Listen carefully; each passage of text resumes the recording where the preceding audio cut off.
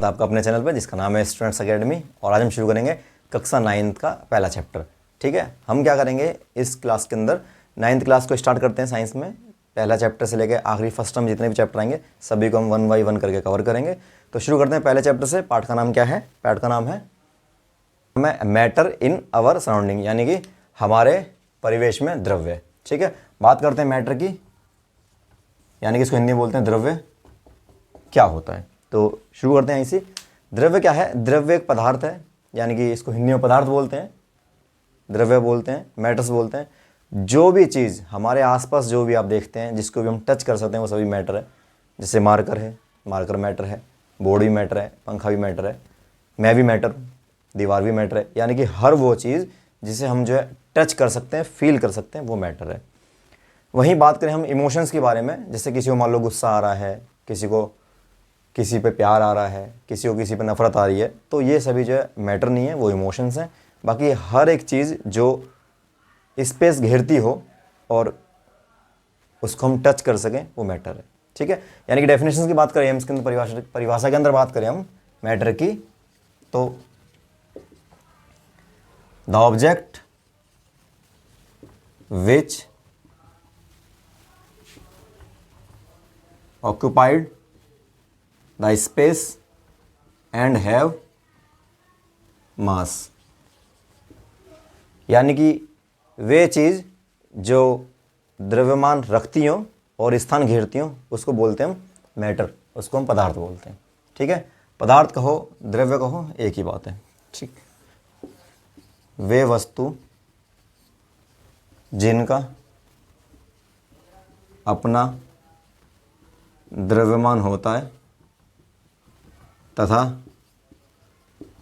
स्थान घेरती है, उन्हें द्रव्य कहते हैं। ठीक है, समझ गए यहाँ तक?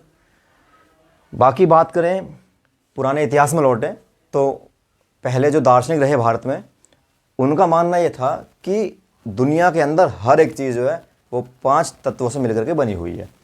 वो जो लोग मानते थे उनका कहना था कि हवा हो गई, फायर हो गई, अर्थ, और ये आकाश यानी कि स्काई हो गया, और वाटर यानी कि जल।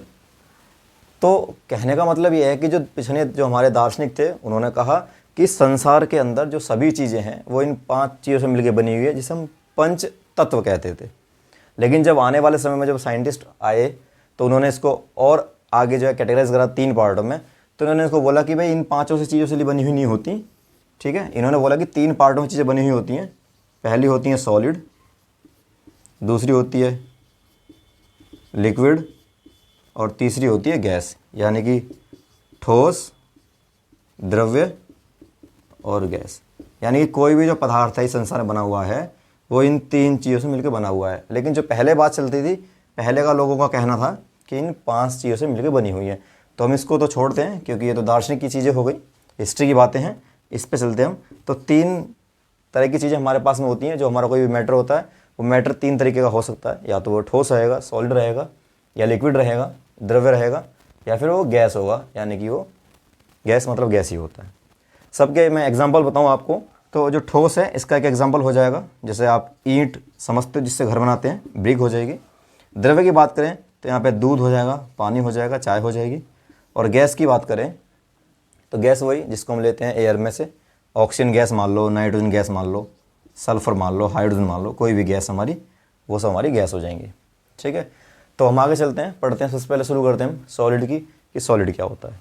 ठीक, हाँ, तो दोस्तों हम देखते हैं जो हमारे पास मैटर है उसको 3 पार्टों में डिवाइड किया हुआ था। तो 3 पार्टों में पहला जो पार्ट है वो सॉलिड है, दूसरा लिक्विड है, तीसरा गैस है, यानी कि ठोस, द्रव और गैस। बात करते हैं सॉलिड की। सॉलिड क्या होते हैं? ठीक है, सॉलिड आप जानते होंगे, एग्जांपल से मैं आपको सबसे पहले बता दूं कि जैसे मान लो हमारे हाथ में ईंट है तो वो सॉलिड है, या कोई बॉल है ना दबने वाली बॉल, जैसे लेदर की बॉल हो गई। ठीक है, लड्डू हमारे पास में, वो सभी क्या हैं? सॉलिड के एग्जाम्पल हैं। तो सॉलिड की जो खासियत है, यानी कि जो उनकी प्रॉपर्टियाँ हैं उनको पढ़ते हैं। तो जो पहली प्रॉपर्टी यानी कि जो उनके गुणधर्म है उसको देखते हैं। तो सबसे पहली प्रॉपर्टी क्या है, पहला गुणधर्म क्या है कि फिक्स शेप है, यानी कि जो उनकी जो शेप है ना, शेप का मतलब जो होता है उनकी जो बनावट है वो फिक्स रहेगी, कभी बदलेगी नहीं। जैसे मान लो कि मेरे पास में जो पेपर वेट है, ये मैं दिखा दूँ आपको, ये पेपर वेट है, ये सॉलिड है। अब ये जहाँ पे रखा हुआ तब भी ऐसा ही है, मेरी जेब में रहेगा जब भी ऐसा ही, क्योंकि इसकी जो शेप है ना वो फिक्स है, इसको हम कैसे भी रख सकते हैं, इसकी शेप कैसी है, फिक्स है। तो इसका मतलब तो ये हो गया। सेकंड बात करें वॉल्यूम की, तो इनका जो वॉल्यूम होता है, वॉल्यूम क्या होता है, इनका वॉल्यूम फिक्स होता है, वो भी बदलता नहीं है। वॉल्यूम को हिंदी में बोलते हैं आयतन। तो इनका आयतन कैसा होता है, निश्चित होता है, वो भी कभी चेंज नहीं होता। नेक्स्ट बात करें no space between its particle, यानी कि जो इनके पार्टिकल हैं, भाई कोई भी मैटर है वो बना तो पार्टिकल से ही है। जैसे मान लो मैंने इसी की बात करी थी, अगर इसमें से मैं एक छोटा सा पार्ट यहाँ से तोड़ लूँ इसको जो है, अब तोड़ के उसको बड़ा करूँगा, जूम करूँगा, तो वो ऐसा दिखेगा आपको। जब आप उसको देखोगे अंदर से, तो अंदर से आपको ऐसा दिखाई देगा। इस तरीके से उसके पार्टिकल्स की अरेंजमेंट होगी उसके अंदर।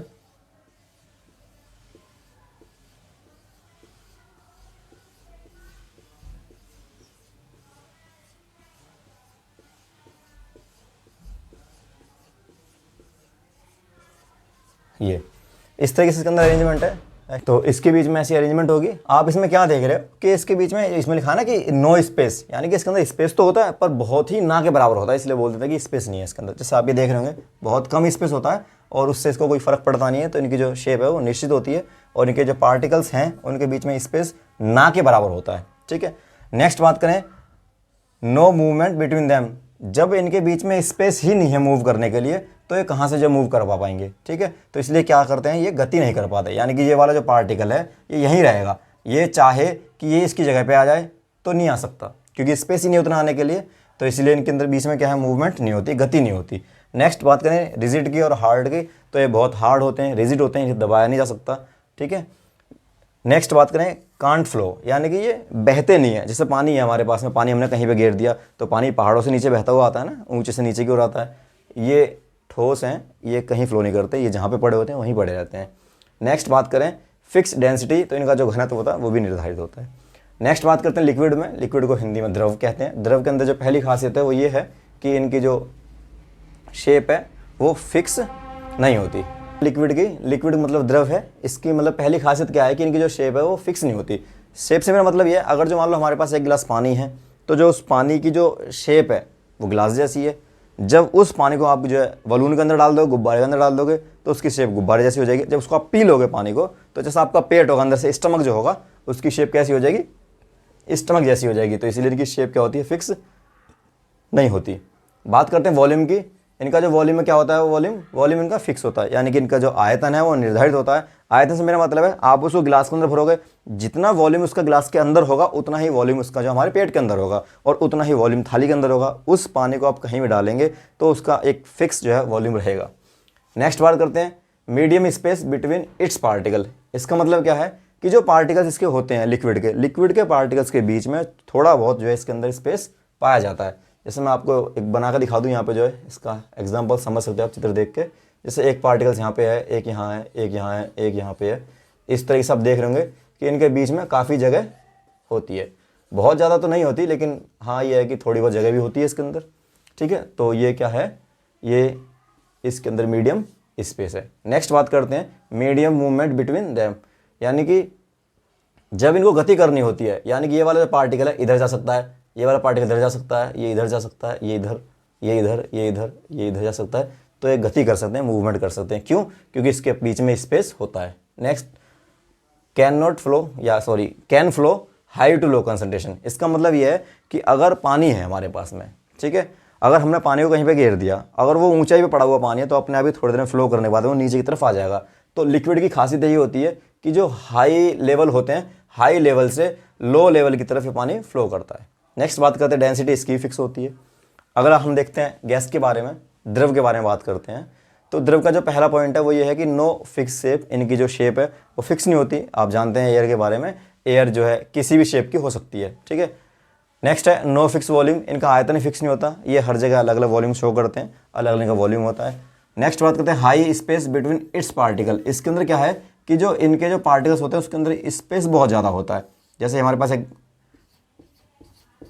चित्र है, इस चित्र में आप देख पा रहे होंगे कि इसके अंदर जो काफ़ी स्पेस बीच में है, तो इसलिए ये मूवमेंट भी बहुत हाईली करते हैं, बहुत ज़्यादा मूव करते हैं। और नेक्स्ट बात करते हैं फ्लो, यह आराम से फ्लो करते हैं और ये किसी भी दिशा में फ्लो करते हैं।